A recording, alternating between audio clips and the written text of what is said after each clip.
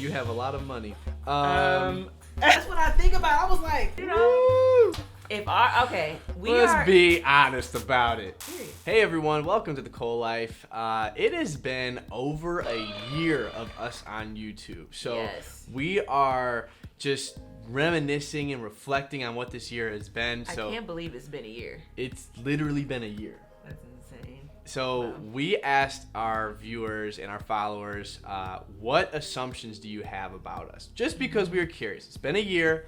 What have you thought of us from the beginning? Have things changed? And what do you think about us now? What do you assume our lives are like? We got some really interesting comments on that we want to read to you, and we also want to respond to. So if you haven't, make sure you like, comment, and subscribe to our channel. Yes. We'd love to have you a part of the family.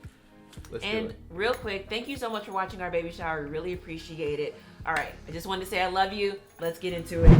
All right, first question. We'll start off with the easy one. Okay. I assume you guys have a future in ministry. But why did you look at me? How do you feel about that? I feel this may sound weird, I don't know, but I feel that our ministry is doing YouTube, you know, and talking. I think that's a part of our ministry. One aspect. That's one aspect of our ministry. We also have men's group, you know, Brian works with men, and we also help with our young adults in our church. So there are things that we do. I also have a women's group that I do, and we meet once a month. So there's just different forms of ministry. I don't necessarily see us being like pastors and first lady.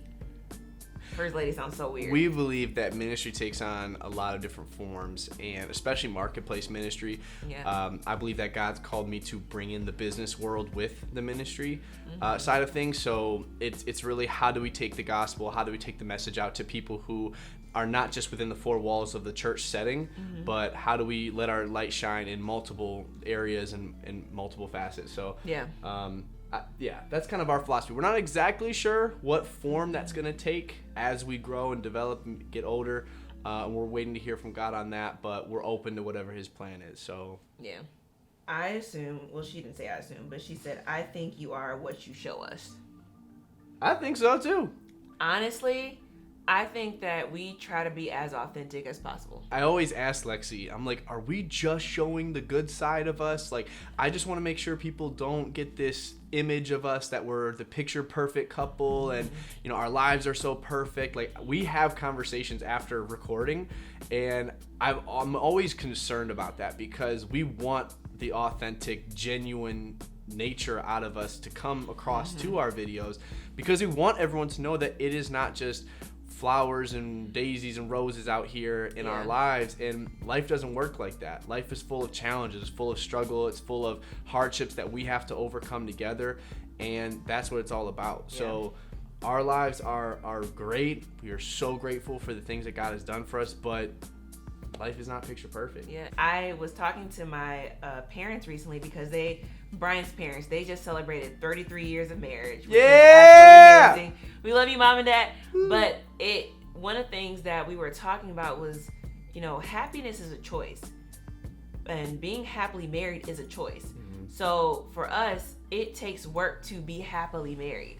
So that's something that I want people to know, that what you see with us, I hope you see that we push and we work hard to make sure that our marriage is a successful, happy marriage, because it is a choice. Speaking of genuineness, we're going to genuinely answer this question. Okay.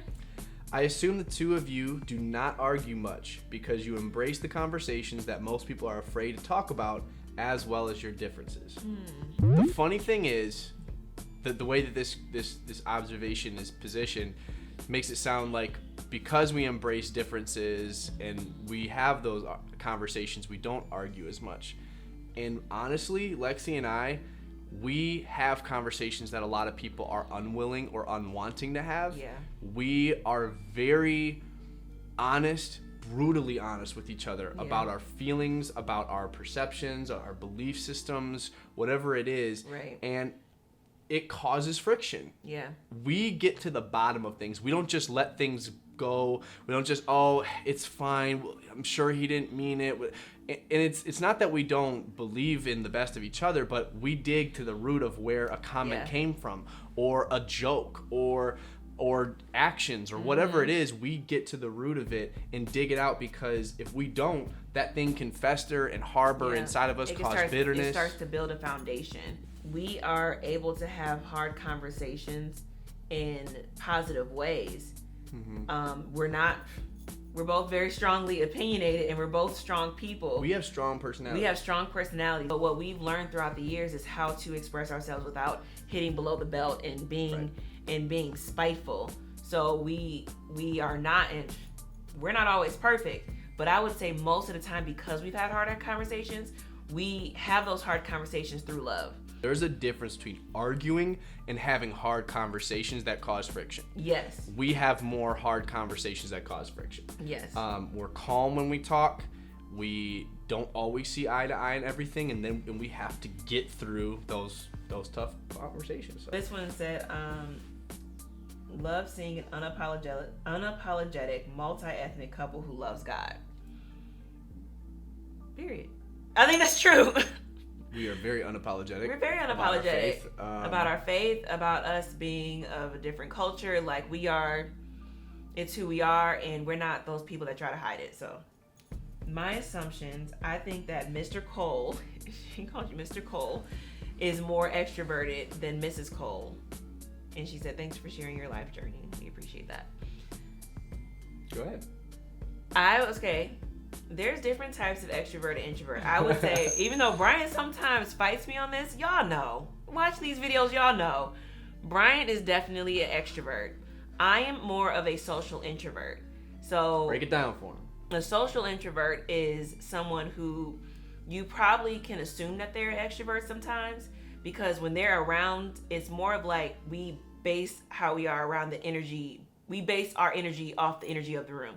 So if people are kind of like stale and then I kind of just, chill, I'm calm. But if if I'm at a lively group and I'm with people, then it kind of gets me going and I feel great and I'm, talking and blah, blah, blah. But afterwards, I would feel very tired. And I'm like, all right, I can chill. I can go home. We can watch a movie. Yeah, because Lexi can go a week without wanting to go out and, hang out with people, and she's cool with being by herself. But when she does go out, she has a blast. And Lexi is often the life of the party. Then she goes home exhausted, like, I don't want to go out for 3 days. Yeah. She claims that I'm extroverted. I debate it sometimes. I'm very extroverted in some sense, but there's other days that I'm just so tired and want to be by myself, want to have me time, want to be at home. And I feel like true extroverts always want to be out. And I'm not that guy. I don't think and I that's also true. don't like crowds. I think extroverts they like to be chill too, but I think you thrive off of, like, when you're around people and when, you're talking and all that. Yeah, I can work a room. I can't stay in the house for too long. Like, I like to eventually go out. At first, disclaimer, my views have changed from the beginning to now. But at first, I assumed she's definitely the predominant one because she's a black woman.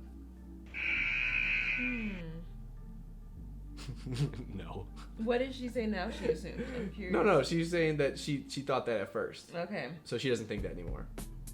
But she thought because you were the black woman that you were the predominant one. Oh, but now she says that we're equal. Right. Oh, okay. Yeah, because no. No. I would say Lexi in no way walks all over me. In no way. And I think sometimes that is a stereotype, but the opposite is also true. In no way do I just walk all over Lexi. Not even close. I'm an old fan. My assumption is that y'all both can get crunk if needed. That's what I think about. I was like, absolutely we can get down. And we don't play when somebody's talking about, the other person. If somebody's talking about you, or somebody's trying to check you, if somebody's trying to check me, we'll both be. I think someone else said that. They were like, I think Brian is overprotective of Lexi, and that's for dang sure. And I'm overprotective of him. We go to war over each other if someone says something. Yeah. Maybe too much, actually. We probably need to tone it down. Who said it? I'm playing. That's how I am. Seriously. Assumption 1, you guys really hate Michigan.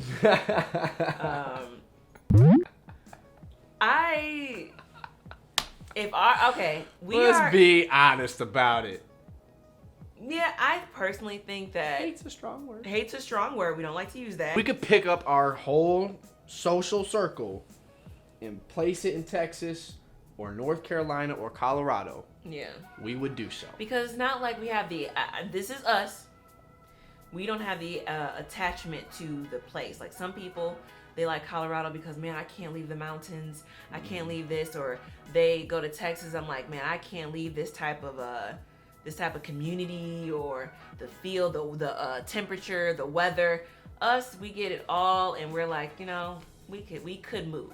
So Michigan is cold in the winter. Yes. But it helps us truly appreciate the other seasons, and we get all 4 seasons, and they're beautiful except winter. So yeah. I think winter is beautiful. It is. I personally like to connect spirituality with seasons, so I always appreciate the depth of things and then it growing back together. I like to see those things. The circle of life. Visibly. So yes. yeah. But overall, family and our environment, our circle is so much more important than any type of weather or other conditions or even career opportunities. Being around our family and being around those that we love supersedes all of that. So we're staying in Michigan. We're building a house, so we're definitely not going anywhere right now. This person said, I tuned in by accident, and it's more of a comment, but loving your openness about faith, marriage, and interracial relationships. Love how you're not ashamed to talk about God, which we talked about. But I think that we try to be as open as possible. We're 5 years in. We have a lifetime of marriage to go. So we are learning and growing, and we just want to share our growth, share our stuff. No, we are nowhere near perfect. We're still growing in so many different avenues of our life. And as we get to deeper levels, we're going to have to relearn intimacy in this season. We're going to have to relearn marriage in this season, relearn sex in this season. Like, it's as we get to different levels and higher levels, it's going to teach us so many different things. So. You just felt you wanted to preach for a minute, didn't you? Oh, did it sound good? Did it sound like good? It sounded good. Oh, that would make it. I just having some in my spirit. My assumption is you guys write those checks with a whole lot of zeros. She said you have a lot of money. We both was like, That is also a relative statement. Having a lot of money. Again, we are blessed financially. God has blessed us to be in a much better position than maybe your average American. But we're not where we want to be, and we are striving, working towards where we want to be. Yeah. I want to be able to write $100,000 checks to people to bless them. We're not there yet, but we will. Having said that, though, we have a belief system of entrepreneurship. We have a belief system of multiple streams of income. So we don't just work my job. Yeah. We don't just work with Lexi's photography, but we do so many other areas and facets of income generating activity that money is coming from multiple sources. And I've always believed that. I've always believed that's a biblical principle. And we've seen the fruits of our hard work. And not to take away the work behind all of those things. Well, yeah. Because it's not something that just, I want people to understand that it's not something that just falls in your lap. It's one of those things where we have worked hard to get to these places. We're very fortunate. Very hard. But we have worked hard to get to these places. It's not easy. And I just want to make sure that people know that about us, that it's not just like, oh, it just seems like everything just works out. No. We're living with 6 people. Like, we know the vision that we have set, and we grind for it. We know what we're called to do. We know our purpose, and we're thank God for that alone. But all of that requires work. So that's why I like to reiterate that. So sometimes from the outside, it can look like it's a picture perfect life. And I think that phrase is a very relative phrase anyway. Yeah. To compare our lives to someone who's in poverty or compare our lives to someone who's struggling with a lot of other issues in life. Like, there is no comparison. So we're overly grateful, but it is still not a picture perfect life. Honestly, I feel like the question is so relative to people that honestly I'm not satisfied, because I want to be able to we want to be able to give more. So she said also, you vacation big because you value experiences over items. That's definitely That's true. so true. That's really good call out Yeah. too. That assumption is very accurate. Wow. That we love experiencing life together and Yeah. doing new things. So we do vacation hard. And Often and big. Yeah, and we try and again, we save up for those things. Like we don't just like, oh, we about to go to, Paris tomorrow. Like No. that's not how we are. Planning. We plan ahead. Y'all don't listen to haters. You just joke with the hate you get, and you make sure if one person got the hate, they're cool, and make the haters feel stupid. It's pretty accurate. 99% of the time we get positive comments, but I would say the 1% that we do get negative comments. And I said out of those, There's some crazy comments. and honestly, they're a little funny to me. They are fun. So crazy to the point of us literally just laughing. Like, Yeah, and honestly, we knew what we signed up for when we got on YouTube. We knew there was going to be comments. We knew people weren't going to like us being together. We knew people weren't going to call me dark. It is what it is. It's okay. Mm-hmm. I think I've out of our whole year of YouTube, we've probably deleted maybe 2 comments. And I don't delete negative comments because I don't care to delete them. I don't know. I just don't. But there's comments if you're talking about our pregnancy or our baby, I can't read that. There was some very evil things spoken over our baby. So we had to pray over that. We don't play with that. And I don't, We don't play with that. I don't play that. So those are things where I'm like, okay, I can't reread this for my sake, so I delete it. But most of them, y'all, and honestly, y'all have our backs. We don't even need to say anything because y'all Usually, got our backs. You guys comment for and us. It makes me feel so like y'all don't understand how much that means to me. Because it doesn't affect me what they say, but the fact that we have people that's like, you know what? Girl, you need to heal. Girl, you need to calm down. Who are you talking to? You're disrespectful. Why did you even comment? Like, Yes. we appreciate all of those. Right, so this last one Interesting. said, my assumption is that Cole mostly apologizes. My name's Brian, last name's Cole. It's fine. That Cole mostly apologizes after arguments because he just doesn't want to see you upset. I would say true. That's not true. All right, so here's the deal. I've always told Lexi from day one, if I apologize, it's because I absolutely mean it. Yeah. I don't ever want you to question my genuine apologies and mix it in with apologies that I'm just saying because I want to get over an argument or get through you feeling upset. Yeah. So I do wait to apologize until I actually feel bad about something or I actually see that I was wrong or I actually feel sorry.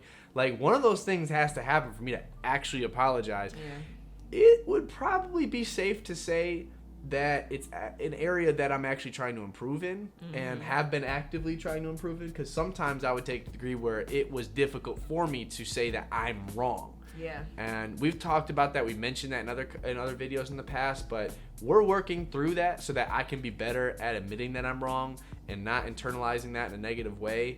But and you're a person that I think what sometimes you guys see is Brian is very introspective. So it's one of those things where when you're wrong. I know if I did something wrong, it's kind of immediate. But then if sometimes what we do is we could apologize for one thing, but then it's like, well, I don't understand if I apologize for this part. And then we have to break it down and have a conversation.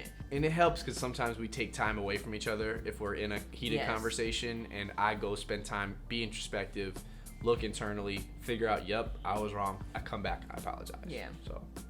And I think it's the same for me. Like it's not like one apologizes more than the other. I feel like we don't like to not have our connection. Thank you all for joining. Thank you for giving us the fun comments, the assumptions that you had about us. Hopefully we debunked some and confirmed some other stuff. I think a lot of y'all, to me, it shows that you guys know us. It's pretty close. You guys are pretty dead on. So that's really cool. So please don't forget to like, comment, subscribe on our channel, and we will see you next week. Love you guys. Bye. Bye. That's what I think about. I was like, Don't play it.